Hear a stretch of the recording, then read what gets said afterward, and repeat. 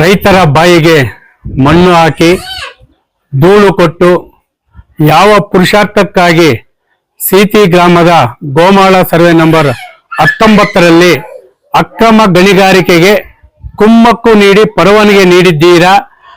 ಕೋಲಾರ ಕ್ಷೇತ್ರದ ಅಭಿವೃದ್ಧಿ ಅಧಿಕಾರರಾದ ಕೊತ್ತೂರು ಮಂಜುನಾಥರವರೇ, ಉಸ್ತುವಾರಿ ಸಚಿವರಾದ ರಾಮಲಿಂಗಾರೆಡ್ಡಿ ಅವರೇ, ಮಾನ್ಯ ಜಿಲ್ಲಾಧಿಕಾರಿಗಳೇ, ಮಾನ್ಯ ಉಪವಿಭಾಗಾಧಿಕಾರಿಗಳೇ, ಗಣಿ ಇಲಾಖೆಯವರೇ, ಆರೋಗ್ಯ ಇಲಾಖೆಯವರೇ, ಪರಿಸರ ಇಲಾಖೆಯವರೇ, ಪೂರ್ವಜರ ಕಾಲದಿಂದ ವ್ಯವಸಾಯವನ್ನೇ ನಂಬಿಕೊಂಡು ಜೀವನ ಮಾಡುತ್ತಿದ್ದಂತಹ ಸೀತಿ ಗ್ರಾಮಕ್ಕೆ, ಸೀತಿಯ ಸುತ್ತಮುತ್ತಲ 2 ಪಂಚಾಯಿತಿ ವ್ಯಾಪ್ತಿಯಲ್ಲಿ ಅವರಿಗೆ ಧೂಳು ಮತ್ತು ಅವರ ಬಾಯಿಗೆ ಮಣ್ಣು ಹಾಕುವ ಮುಖಾಂತರ ಯಾರೋ ಬೆಂಗಳೂರು ಮೂಲದ ಭೂಗಳ್ಳನು ಮತ್ತೆ ಗಣಿಗಾರಿಕೆಯವರಿಗೆ ನೀವು ಪರವಾನಗಿಯನ್ನು ನೀಡುವ ಮುಖಾಂತರ ಈ ಒಂದು ರೈತರ ಬಾಯಿಗೆ ಮಣ್ಣು ಮತ್ತು ಕಲ್ಲನ್ನು ಹಾಕ್ತಾ ಇದ್ದೀರಲ್ಲ, ಅವರ ತಲೆ ಮೇಲೆ ಕಲ್ಲು ಹಾಕ್ತಾ ಇದ್ದೀರಲ್ಲ, ನಿಮಗೆ ನಾಚಿಕೆ ಮಾನ ಮರ್ಯಾದೆ ಏನು ಇಲ್ವಾ?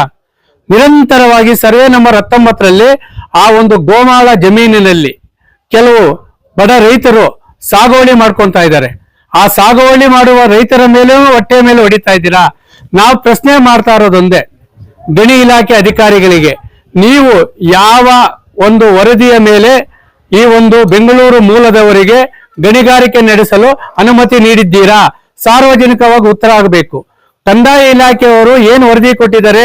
ಅಲ್ಲಿ ಪ್ರಾಣಿ ಪಕ್ಷಿಗಳಿದೆ, ಜಿಂಕೆಗಳಿದೆ, ನವಿಲುಗಳಿದೆ, ದೇವಸ್ಥಾನ ಇದೆ, ನೀರು ಕಲುಷಿತವಾಗ್ತಾ ಇದೆ, ಆದ್ರೆ ಯಾವುದೇ ಕಾರಣಕ್ಕೂ ಅಲ್ಲಿ ಗಣಿಗಾರಿಕೆ ಕುಮ್ಮಕ್ಕು ನೀಡಬಾರ್ದು ಅಂತ ಹೇಳ್ತಾರೆ. ಆದ್ರೆ ಯಾವನೋ ಬೆಂಗಳೂರು ಮೂಲದವನು ಬಂದ್ಬಿಟ್ಟು 6 ಎಕರೆ ಕಲ್ಲು ಕುಟ್ಕೋದಕ್ಕೆ, ಅಂದ್ರೆ ಕಟ್ಟಡ ಕಲ್ಲು ತೆಗೆಯೋದಕ್ಕೆ ಮಾತ್ರ ಪರವಾನಗಿ ಪಡೆದಿದ್ದಾನೆ. ಆದ್ರೆ ಆ ಪರವಾನಗಿ ಪಡೆದಿರುವಂತಹ ಆ ಒಂದು ಗಣಿ ಕಲ್ಲು ಕಳ್ಳ ಏನ್ ಮಾಡ್ತಾ ಇದ್ದಾನಂದ್ರೆ, ಇಲ್ಲಿ ಕೆಲವು ರಾಜಕೀಯ ವ್ಯಕ್ತಿಗಳ ಒಂದು ಕುಮ್ಮಕ್ಕಿನಿಂದ ನೇರವಾಗಿ 20 ಎಕರೆ ಗೋಮಾಳ ಜಮೀನಿಗೆ ಮಿಷನರಿಯನ್ನು, ಯಂತ್ರೋಪಕರಣಗಳು ತಂದು ಇವತ್ತು ಗಣಿಗಾರಿಕೆ ಮಾಡ್ತಾ ಇದ್ದಾನೆ. ಸಿಡಿಮದ್ದುಗಳನ್ನ ಸಿಡಿಸ್ತಾ ಇದ್ದಾನೆ. ಆ ಸುತ್ತಮುತ್ತಲ 2 ಪಂಚಾಯಿತಿಯಲ್ಲಿನ ರೈತ ಕೂಲಿ ಕಾರ್ಮಿಕರು, ಗ್ರಾಮೀಣ ಪ್ರದೇಶದ ಜನರು ಇವತ್ತು ಅಲ್ಲೋಲ ಕಲ್ಲೋಲ ಆಗ್ತಾ ಇದ್ದಾರೆ.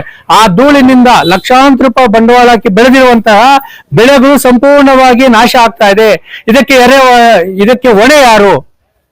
ಏನು ಕೋಲಾರ ತಾಲೂಕಿನ ಅಭಿವೃದ್ಧಿ ಮಾಡ್ತೀರಂತಲ್ಲ ಕೊತ್ತೂರು ಮಂಜಣ್ಣವರೇ ಹಾಗೂ ರಾಮಲಿಂಗಾರೆಡ್ಡಿ ಅವರೇ, ಮನೆ ಜಿಲ್ಲಾಧಿಕಾರಿಗಳೇ, ಉಪವಿಭಾಗಾಧಿಕಾರಿಗಳೇ, ಎಲ್ಲರೂ ಎಷ್ಟು ಕೋಟಿಗೆ ಇವತ್ತು ಗಣಿ ಮಾಲೀಕನಿಗೆ ಮಾರಾಟವಾಗಿ ರೈತ ವಿರೋಧಿ ಧೋರಣೆಯನ್ನು, ರೈತರ ಬದುಕನ್ನು ಬೀದಿಗೆ ತಳ್ಳಿದ್ದೀರಾ ಅಂತೇಳಿ ಇವತ್ತು ನಿಮ್ಮ ಮೇಲೆ ಆರೋಪ ಮಾಡ್ತಾ ಇದ್ದೀವಿ.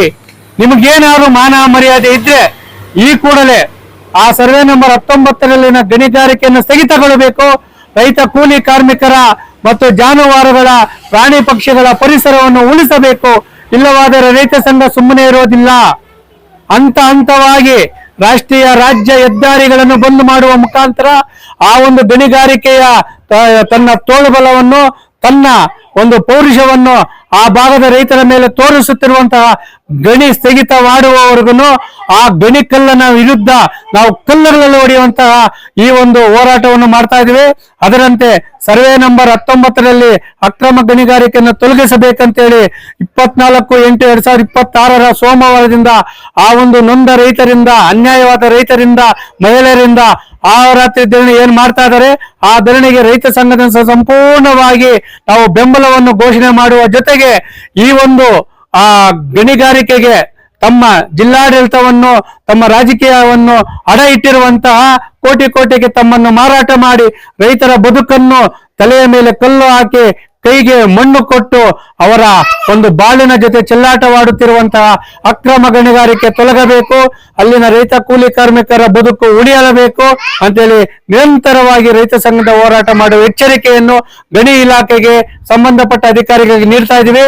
ನಮ್ಮ ಹೋರಾಟ ಯಾವ ರೀತಿ ಇರ್ತದೆ ಅಂದ್ರೆ, ಎಲ್ಲಾ ದಾಖಲೆಗಳ ಸಮೇತ ಗಣಿ ಕಳ್ಳರಿಗೆ ಗಣಿ ರಕ್ಷಕರಾಗಿರುವಂತಹ ಗಣಿ ಇಲಾಖೆಯ ಕೋದಂಡ ರಾಮಯ್ಯನವರೇ, ಪರಿಸರ ಇಲಾಖೆಯವರೇ, ಆರೋಗ್ಯ ಇಲಾಖೆಯವರೇ, ಕಂದಾಯ ಇಲಾಖೆಯವರೇ, ಜನಪ್ರತಿನಿಧಿಗಳೇ ಸಾರ್ವಜನಿಕವಾಗಿ ಉತ್ತರ ನೀಡಲೇಬೇಕು.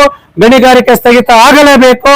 ಆ ಬೆಂಗಳೂರಿನಿಂದ ಬಂದು ರೈತರ ಮೇಲೆ ದಬ್ಬಾಳಿಕೆ ಮಾಡುತ್ತಿರುವ ಗಣಿ ಮಾಲೀಕನಿಗೆ ಅದೇ ಕಲ್ಲಿಂದ ಹೊಡೆದು ಓಡಿಸುವಂತಹ ಹೋರಾಟದ ಎಚ್ಚರಿಕೆಯನ್ನು ನೀಡ್ತಾ ಇದ್ವಿ.